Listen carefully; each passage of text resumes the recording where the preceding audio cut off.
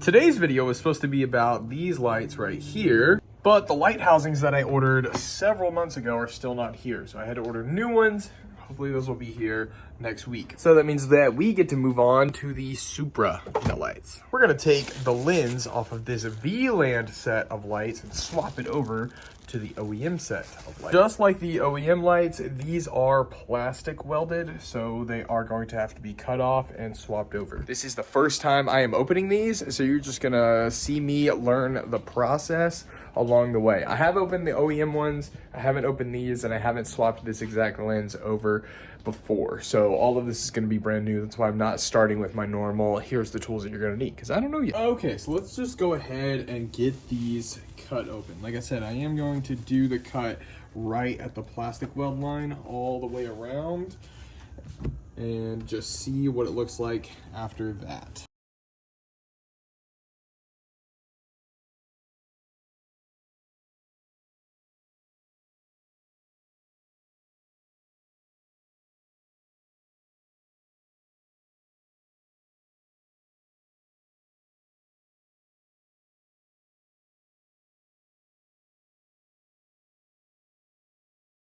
Okay, finally got the lens cut off. It is not the cleanest cut. So I think on the very next set that we do, we are going to try a different style so that you don't have to see this hideous cut line. But now we got the lights open. This is kind of interesting, so we can get in here and kind of mess with these a little bit, see what we can make. Now for the next set, we're going to try a completely different style. So instead of cutting at the lens itself, we are going to cut right behind the lens at the plastic. So right along that natural fold line in the back housing. But for this set, we need to continue cutting just like this and seal it up. So what we're going to do is finish this set like this style, and then in the next set we will experiment with the other style and see which one we like better for swapping lenses. Swapping lenses is always hard whenever you have to cut them off to swap it over. What we did now just means that we have to do a little bit of paint work, which is not the end of the world. Now let's get this clapped out red lens off of here so we can put the clear one on.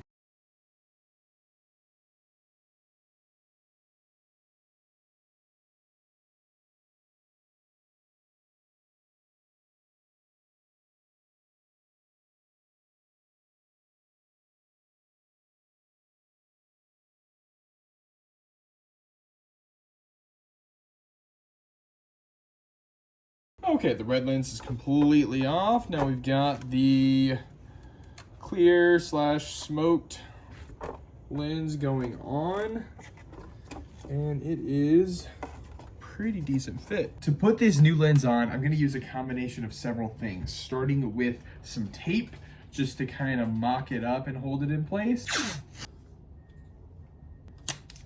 The next thing that we're gonna use on these lenses is this instant cure adhesive.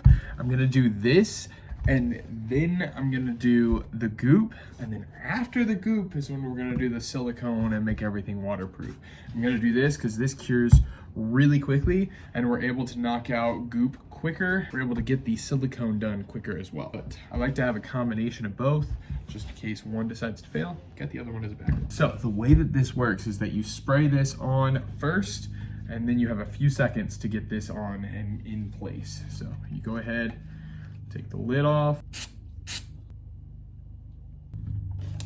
and it is already cured. It took less than 30 seconds for that to cure up.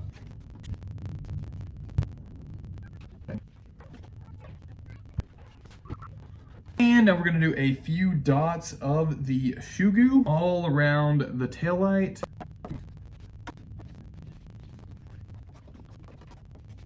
Okay, this lens is fully glued on and is definitely not going anywhere. So the next step is to actually make it waterproof. We're gonna silicone all around the edges here, right in between the lens and the back housing, to make sure that this is not gonna leak.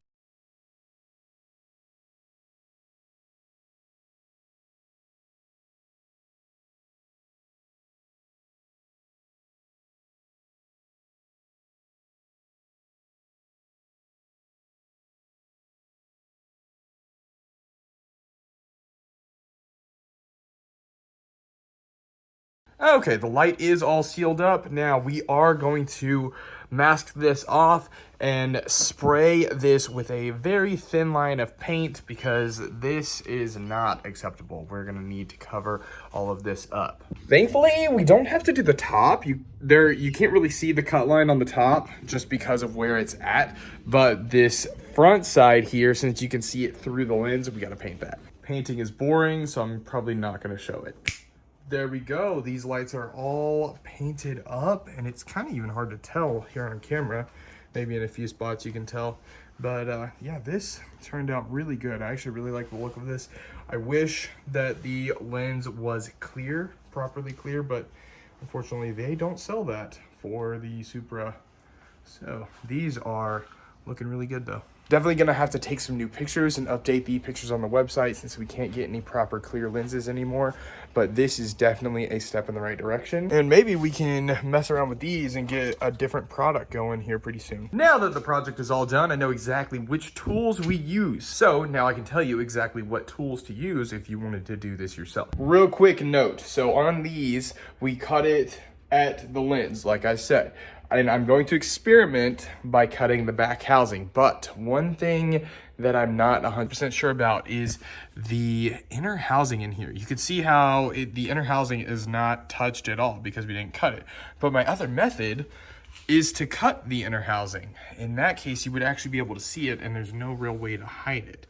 I mean, right now we've got our paint line so that you don't see that ugly cut, and the paint line actually kind of blends in pretty well with the black. So I'm really torn here if I actually do want to do the cut on the inner housing or not.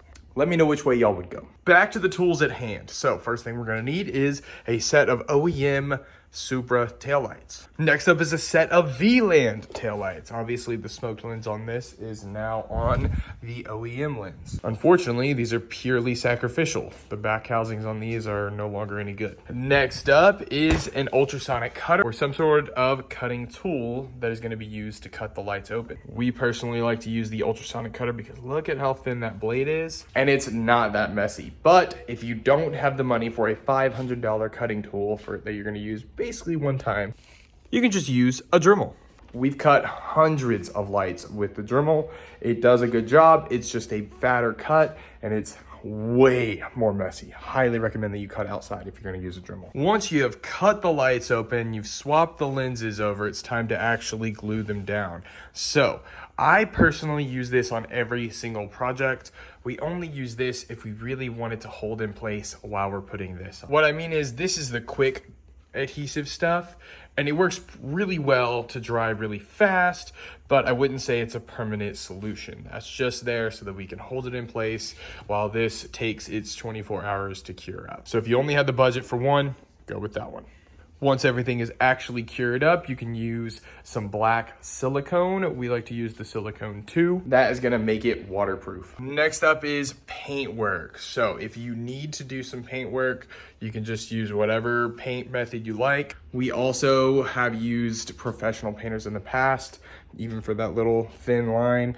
That helps a ton too, makes it just look a little bit more professional. And that's it. Since we didn't do any sort of lighting modifications, thankfully the LEDs in here are already red, so we don't have to worry about changing the LEDs out or doing any sort of lighting harnesses or anything like that. So after that, they're done. I can't wait to see what the clear version of these look like. That's gonna cost way more just because the clear light option for these is like $1,400 that we're just gonna use the lens on. So I'm gonna have a clear version and a smoked version in the next couple of weeks. We're gonna be able to see the pictures side by side. Unfortunately, these won't be here anymore, so I won't be able to see them in person, but these are gonna be out with the customer.